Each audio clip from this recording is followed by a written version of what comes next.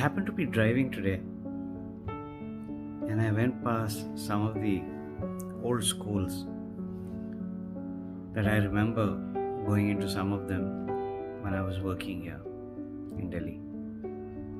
It brought back memories of my time when I was in school. But one particular memory. Give you a little background. I had inflamed tonsillitis. And the result of that was that I would frequently fall ill, very badly. And my parents literally went up the wall trying to figure out what the hell is happening to me. Until one fine day, they met a specialist in Bombay at the Parsi General Hospital. And he suggested that my tonsils be removed. And I was must have been about 7 or 8 years old, maybe a little more, I don't remember now.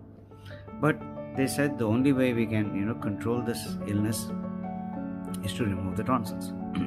So a day was decided and I landed up in the hospital. Operation was done. I still remember post-operation I couldn't swallow. It was very, very hard to swallow.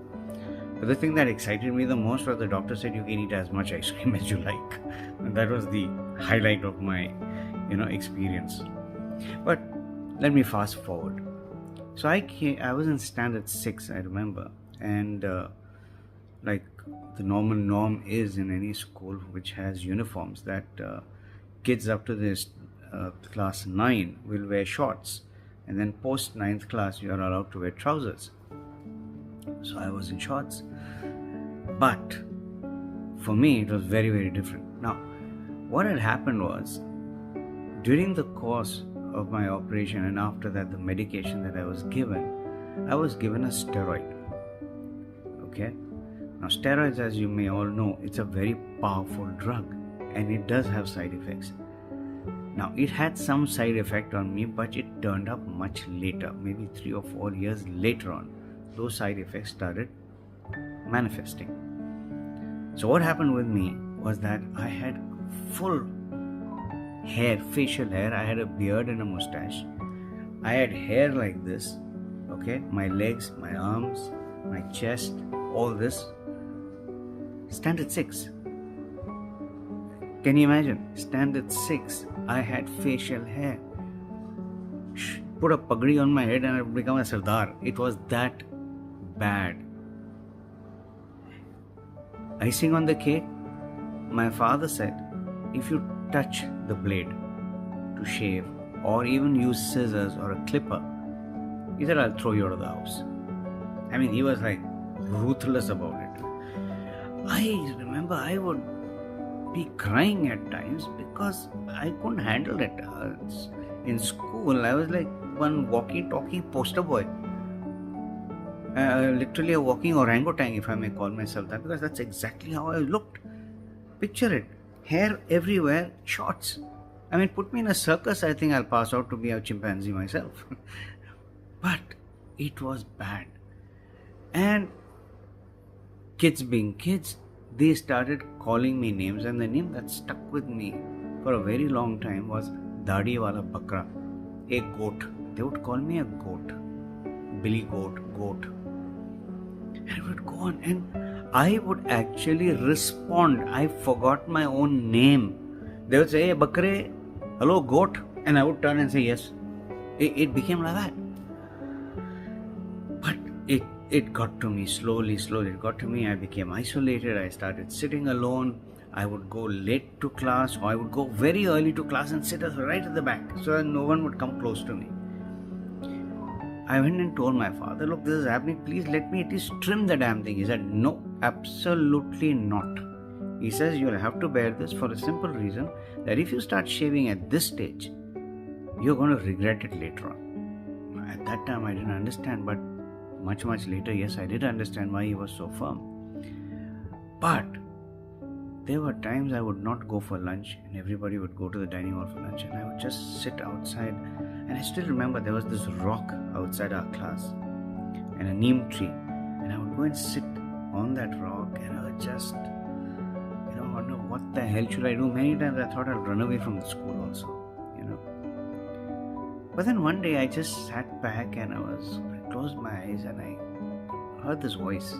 It was me, talking to me. And he said, knock, knock. I said, what? What's your name? So I said, Dadi Wala Bakra. He said, no. What's your real name? What's the name you've got? So I said, Mernosh. He says, yes, you're Mernosh. You're not Bakra. You're not goat.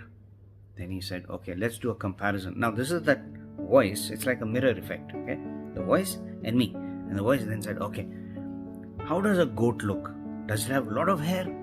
Yes. Do you have a lot of hair? Every part of your body? No. So are you a goat? No.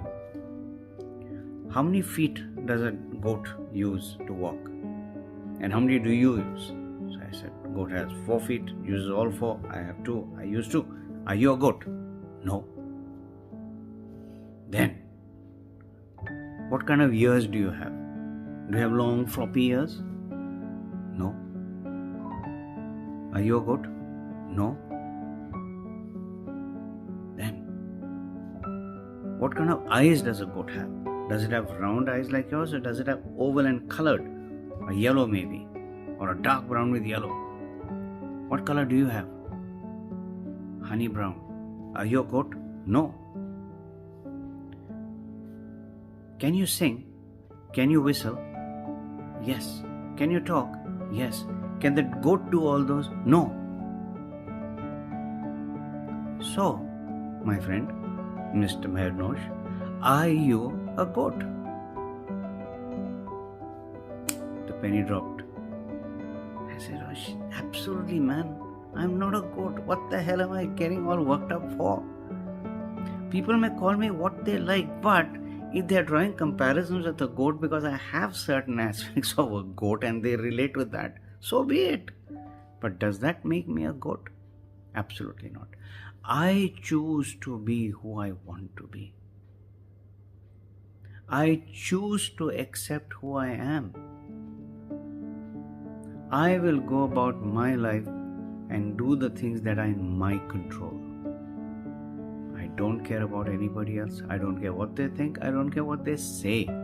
Because ultimately, it is their thought, their voice, their imagination, not mine. I may listen to it, but I need not accept it.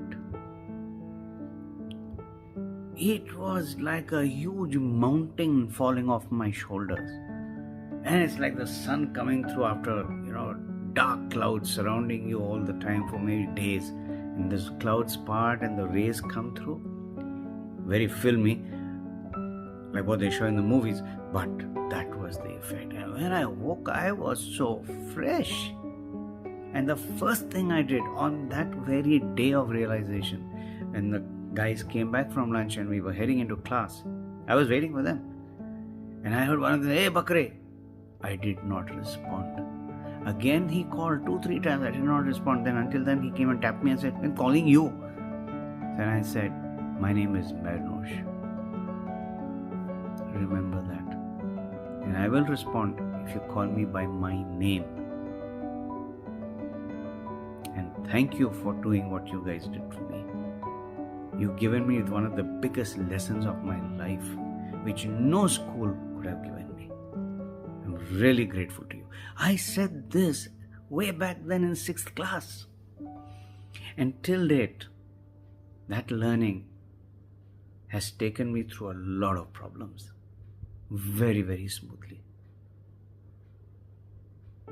So friends, you are who you are. Imagination can be anything for anyone. But when it comes to you, it is up to you whether you accept the runaway imagination or whatever people say about you, or you choose to look at yourself, accept yourself that you are a unique person, a beautiful person, and have the ability to improve your life at every stage. The choice is yours and completely yours.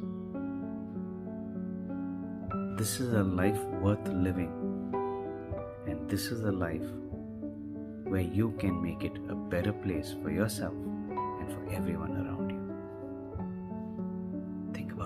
It's worth it. And have a lovely day.